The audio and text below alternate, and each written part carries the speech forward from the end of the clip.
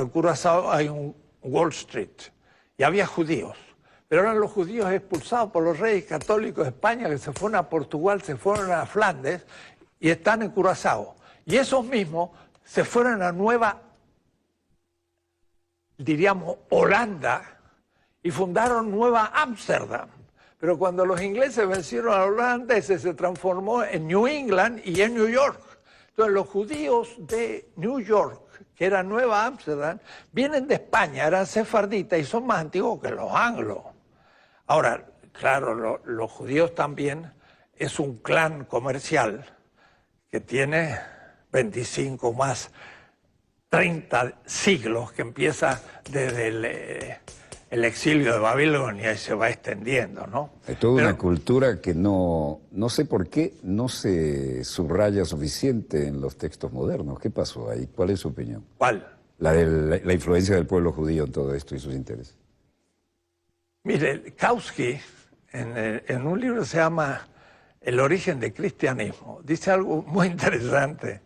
Dice, en el exilio en Babilonia, los judíos dejaron su tierra y para recordarla la escribieron. Y ahí escriben lo que se llamaría el Antiguo Paraíso, Testamento. la leche, la miel. Era la ley, los libros históricos, los profetas y los salmos y todo, la Biblia, diríamos.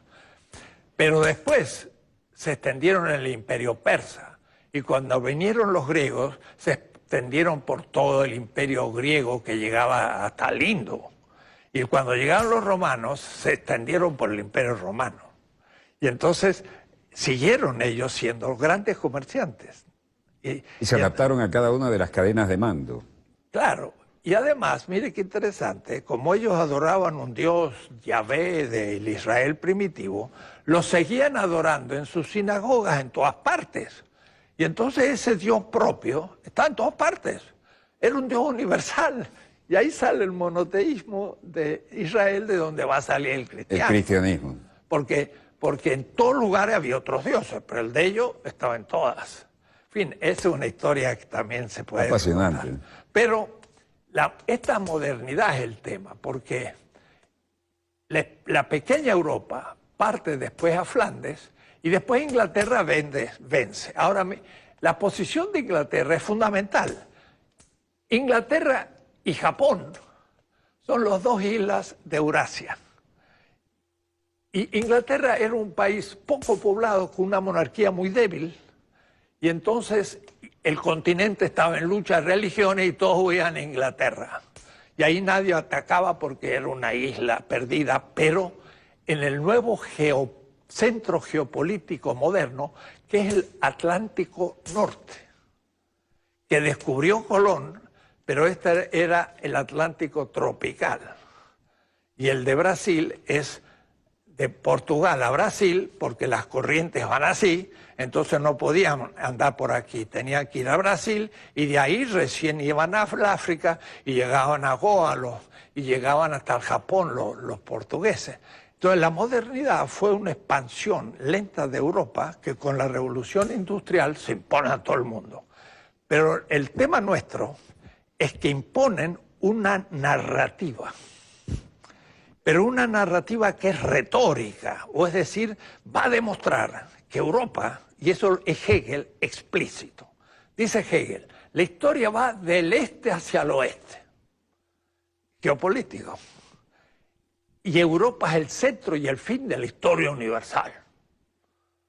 Y entonces la antigüedad es el fundamento, la Edad Media es una edad difícil, y luego es la modernidad donde el espíritu germano eclosiona como espíritu universal. Y todavía en la Ilustración dicen, el sur de Europa era, porque no hace la revolución industrial. Grecia, Italia, España, Portugal, se quedan en el Mediterráneo. El norte de Europa va a ser ahora industrial. Y ahí Inglaterra va a ser el centro porque es una isla. Entonces son puros puertos. Y es una isla donde los Scottish, los presbiteranos, Glasgow, Estocolmo no, no importa. Los calvinistas son muy importantes porque Calvino se las arregla para hacer una interpretación de la Biblia que impedía a los cristianos y a los judíos dar préstamos al hermano, porque no había que explotar al hermano. Pero entonces en la Edad Media, por ejemplo, un cristiano no podía prestar a un hermano, pero un judío no era hermano. Entonces le asignaban la función de que él prestara. O es decir, lo enriquecieron los judíos para que cumplieran esa función pecaminosa, ¿no? Pero Calvino se la arregló para cambiar ese texto del Deuteronomio. Dijo, no, se puede prestar 5%. Y con esta variación, ya el cristianismo podía empezar a prestar dinero y ya podía empezarse a coordinar con el capitalismo. Pero no es extraño que Adam Smith es un calvinista y es el que escribe el primer libro de economía clásica. Y entonces es un cristianismo que se adecua al capitalismo, o más, es un cristianismo que inventa la teoría capitalista como Adam Smith. Pero eso se cumple en Inglaterra. Inglaterra, desde Cromwell, logra hacer una revolución porque el Estado inglés era muy débil. Entonces la burguesía tomó el poder siendo minoría. El mundo era feudal.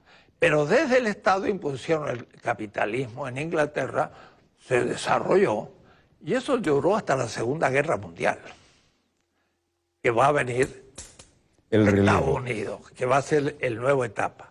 Pero entonces esta modernidad es para nosotros el problema, que tiene un discurso histórico, científico y demás, que tapa a todos.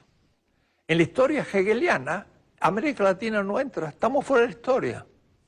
Porque el sur de Europa queda descalificado. ¿Y qué decir las colonias del sur de Europa? Peor todavía, somos colonia de algo que desapareció de la historia. Entonces, decir que España era un país moderno en el siglo XVI, el más importante de Europa, nadie lo cree. Pero fueron los españoles con la plata de Potosí y de Zacatecas que pagaron una gran escuadra y aquí, ahí en Sicilia, cerca de Catania, vencieron a los turcos en Lepanto. Y yo estaba ahí, había unas cosas, decía 1571, Lepanto. Yo digo, hacha, descubrieron Potosí 1546. 25 años después pudieron hacer una escuadra, ya tenían plata y liquidaron a los turcos en el Mediterráneo. Y entonces la modernidad es nuestro problema, porque hoy en Venezuela, en México, en Argentina, en América Latina, toda la élite blanca es eurocéntrica. Sí. Esa visión de la historia, esa visión de la filosofía, de la ciencia, es la propia. Y creen que es de ellos, y nuestra. Entonces nuestros estudiantes quieren ir a Europa o a Estados Unidos para sacar doctorados, vuelven, ganan concursos, y cada uno compite a ver quién es más eurocéntrico que el otro, y no conocen nada de América Latina. Ese es un temazo, perdóneme la expresión. Quisiera que usted, con su autoridad académica, abundara en ese tema.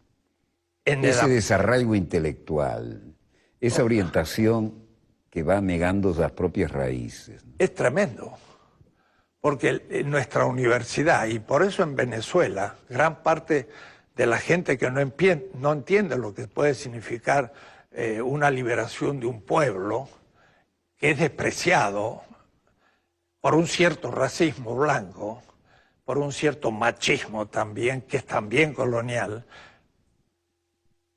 pero sobre todo es intelectual, porque nosotros hoy damos becas para ir a Europa, estudian allá, sacan un doctorado, vuelven y hacen un concurso, ganan el concurso y van a enseñar lo que aprendieron, van a enseñar lo que dice Kant.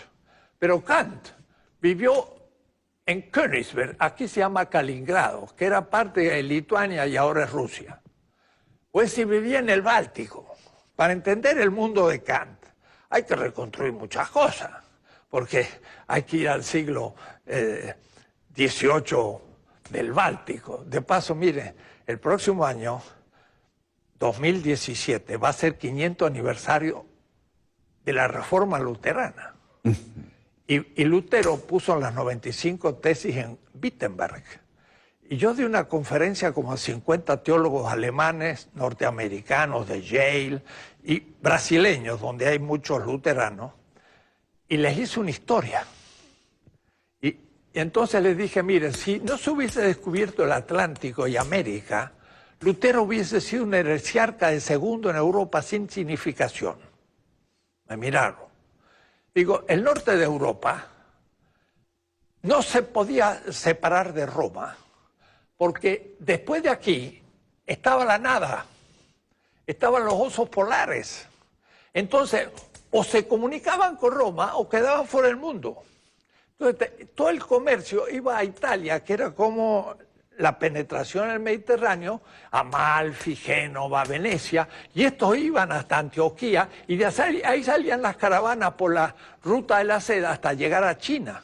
Entonces, el Mediterráneo era el centro de Europa, el sur, y había una iglesia muy poderosa. Mira lo que voy a decir ahora. Cuando se descubre el Atlántico, el Báltico se conecta al centro geopolítico. No necesita Roma. El norte de Europa dice no necesito Europa y se hace luterana. Pero entonces, mire, surge algo que nadie lo piensa. Surge la Iglesia Católica. La Iglesia Católica no es la medieval, es una iglesia moderna, se funda en Trento. ¿Se funda en el Concilio de Trento? Trento, 1560. Y la funda... ¿Con qué argumento puede desarrollar usted esa idea que es muy interesante? Porque de Trento para acá. Claro, porque Roma estaba en el centro del Mediterráneo, que era el centro de Europa, porque estaba en el sur. Era el Mare Nostrum. Una vez que se descubre el Atlántico, es la muerte del Mediterráneo. Entonces, un gran historiador, Brodel, de la Escuela de los Anales, escribió Felipe II y el Mediterráneo y mucho. Pero un alumno de él, que fue mi profesor en la Sorbona, se llama Pierre Chonu, escribió 7 tomos, Sevilla y el Atlántico. Y entonces yo me di cuenta que ahí había algo. La modernidad es la muerte del Mediterráneo y el nacimiento del Atlántico. Y mire, ahora Inglaterra queda bien situada, antes era Roma. ¡Pua! Un cambio total. Y el norte de Europa se hace industrial y se hace luterano, etc. No deja de ser cristiandades, o decir que es una inversión del cristianismo. Porque el cristianismo que nace en el Medio Oriente es crítico al imperio. Y el fundador del cristianismo lo pusieron en la silla eléctrica, que era la cruz. No era un signo religioso, ahí estaba Espartaco. Pero era un signo denigrante en ese momento, además. Total. Después de 3 siglos, esos cristianos estaban presentes, sobre todo en Turquía y en otras partes. Y Constantino, cuando se dividió en 4 partes el imperio que estaba en las Galias, venció al otro y después a Licino, y se hizo emperador y se dio cuenta que los cristianos eran muy numerosos y les dio libertad, y después se apoyaron en los cristianos. Y dejaron Roma e hicieron la capital del imperio en Constantinopla. Y entonces el peso se vino acá. Pero ahora los cristianos... ¿Y Estambul, Constantinopla?